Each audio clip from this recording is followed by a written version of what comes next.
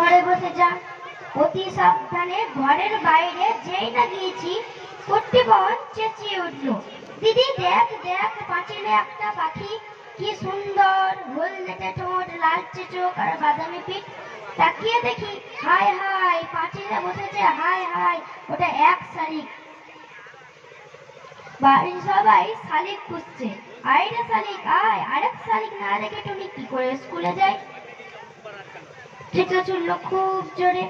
আর দেরি নেই পৌঁছতে স্কুলে, কিন্তু আমার পোড়া কপাল, হঠাৎ ব্রেক থামতেই হলো।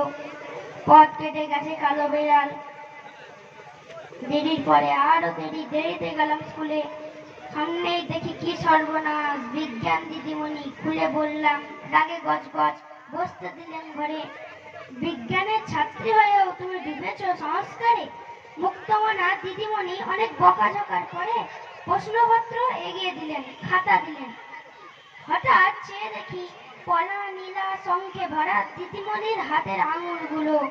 বিজ্ঞানে আমি 10 পেয়েছি, মাত্র 10। আমার কি দোষ বলো? নমস্কার।